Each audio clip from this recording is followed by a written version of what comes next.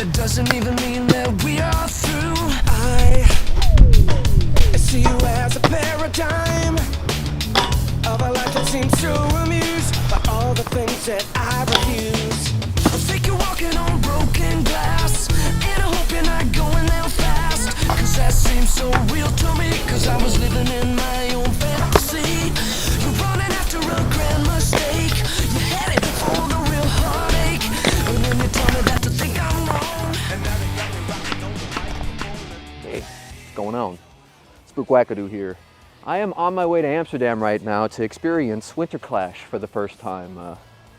Boy, am I excited. But I wanted to take a moment to kind of update on my progress with my broken ankle. If you've been around the channel for a little while now, you'll know that back in July, I broke my ankle. I started with some clips on this video. Those are not recent clips. That's where I was at before I hurt myself. And I wanted to show the progress that I've made after healing, where I'm at with skating. We've been in Amsterdam for 15 minutes, and guess who already got pickpocketed? This guy. F-word! What? I did quick want to touch on the videos here that started off the video. That very last clip, that is where I broke my ankle. You can't really see what happens, to be honest. I had the impression that I got my toes caught in the wall that was next to that quarter pipe, and it twisted away from me, which it still kind of seems like that might have happened towards the end, but my ankle had so many impacts against the wall that I didn't realize happened. I really don't know where the break happened. I couldn't tell my ankle was broken when it happened. I walked out of the park. I had people carry some stuff for me because I could tell that I definitely had messed it up. It ballooned really quickly, but I've never broken a bone, so that it really caught me off guard that it really didn't hurt that much. The worst part was definitely the splint, fighting the swelling, and then getting the staples removed. I think I had 18 staples, and that was just gross. Anyway, I am all healed now, and I realized it was time for me to start getting conditioned to skate what seems to be one of the coolest parks in all the world, Area 51. Now that's where VVinterclash will be held. I am volunteering at VVinterclash, so I should have a little bit of time to skate the empty park is my hope, but we'll find out when I get there. But back to reality. This is what skating was like for me, coming back from a broken ankle. Now I'm going on about 8 months of healing, so I'm definitely in a good spot to be able to do skating, and I've got 6 screws on a plate in my ankle, so I know that I am fully reinforced. So the weather's been kind of trash around here recently. Michigan doesn't have great weather in general, and it's super unpredictable, so I had to hit up an indoor park about 45 minutes from me. Love this park. It's called True Skate Church. If you get a chance, check it out. It's in South Haven, Michigan. A big reason why I wanted to go to this park was because I wanted to get used to riding on wood again. One thing that I forgot is how frickin' slippery wood can be, so it was good to start reacclimating to that kind of atmosphere. That being said, let me just play some of the clips and I'll talk about what it was like for me to get back into skating after breaking my ankle. So one thing I noticed, which was just obvious, is that this ankle is a lot weaker now. My H-block foot when doing a sole, for example, was just very weak. It was hard to keep my ankle from going almost into a torque sole position and just bending over itself because the muscles still have to recondition. Another thing I noticed when doing a Pawn Star is the back foot just does not get down into that groove. I still have a lot of mobility to get back, and I can't get down that back foot really anyway, so that's going to be something I really have to focus on. That made the sole foot of the Pawn Star really, really heavy because I was relying so much on my good ankle and not my bad ankle to find a balance in between both feet. I was more just kind of doing a macchio with the foot behind me. So that's definitely something I'm going to have to work on. That being said, my balance is super off. I think that's just going to be normal for a little while. Being off for 8 months in general, whether you're injured or not, will do that to you. And after getting in some tricks that I've done before, I got the itch to try something new. Which, is it smart? No, but was it good ankle based? Yes. So I decided to go for it. I wanted to try to get a negative macchio, and I wanted to do it dropping from this box. It actually proved to be a huge mental block. I was not expecting it to be so hard to keep my bad ankle up.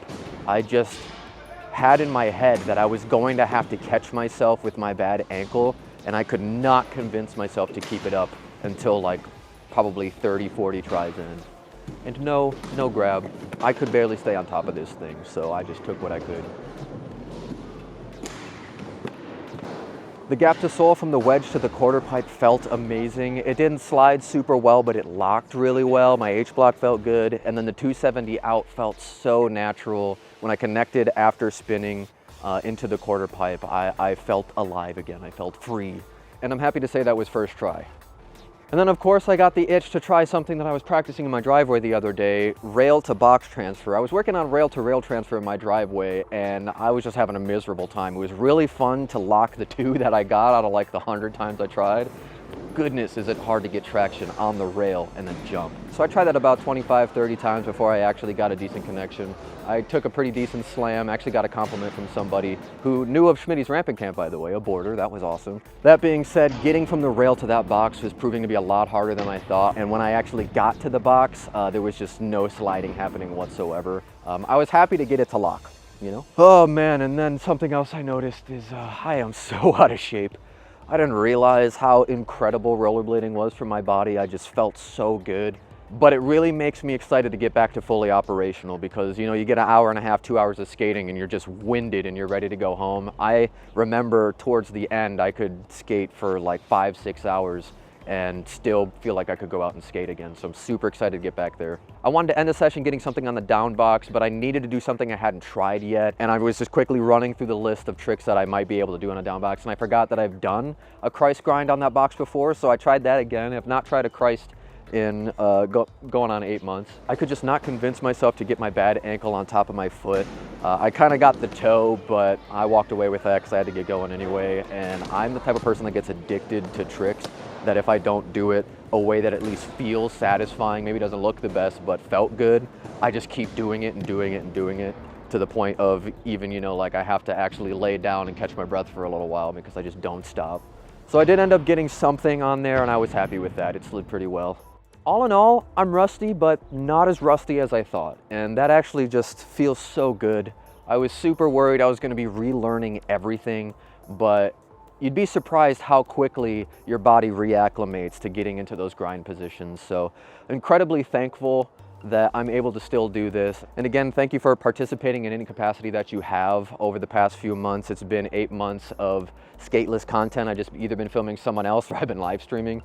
So massive thanks to everybody who stuck around. I am getting back to skating now and I'm super excited to show you my progress throughout the next year. All right, and so that's it. I'm on my way to VVinterclash in about 3 hours. I'm gonna get to Amsterdam on Wednesday. I'm gonna be staying with Sam Brownlee and Mr. I Roller Boot, the Mr. Benjamin Sandbelt. I cannot wait. I'm super excited to hang out with them, meet Sam for the first time. Ben and I always have a good time together. I'm sure we'll get up to something fun. And then Thursday, we're all gonna take the train together from Amsterdam to Eindhoven and get ready for a VVinterclash. So stay tuned. We're gonna be doing all sorts of fun stuff. My goal is to try to give you more of the behind the scenes at VVinterclash. Since I'll be a volunteer, I will be behind the scenes, and everybody and their mother is gonna be pointing a live stream or a camera at the main event. Speaking of which, Ricardo Lino will be hosting that, so massive thanks to him. I hope I can help with the stream in any capacity, but I know that he's got a lot of hands on deck, so I'll just gonna be in the reserve. I'm gonna be in the panel room helping Jump Street podcasts, like do the movie night and stuff like that. So I do have some things I have to do, but fear not, I will be recording as much as possible. I do want to take a second to shout out Feet and Four Wheels, Sean Michelson, such an amazing person. Thank you so much for this custom hoodie. Feet and Four Wheels made this specifically for my trip. These are going to be available for pre-order sometime soon, so stay tuned for that. But this is a custom Spook Wackadoo orange, only available through Feet and Four Wheels and Spook Wackadoo. So thank you so much, Sean. I appreciate the crap out of you. I love everything you do, and I cannot thank you enough for supporting me the way that you have. And that being said too, thank you to everybody who participated in the fundraisers. They were just 8-hour streams of us just effing around, having a good time, watching stuff, and unveiling horrible facial hair. But that being said, this would not be happening without any of you. So thank you all so much for everything you've done, to everybody that participated in the giveaway, and anytime you participated at all in the chat or liked a video or just watched any bit of it, I cannot express my gratitude enough. So the only way I can try to repay that is try to take you along to VVinterclash with me, and hopefully we can all have a good time together. So thank you so much. I'm gonna get out of here, go get on my plane. Later, Bladers.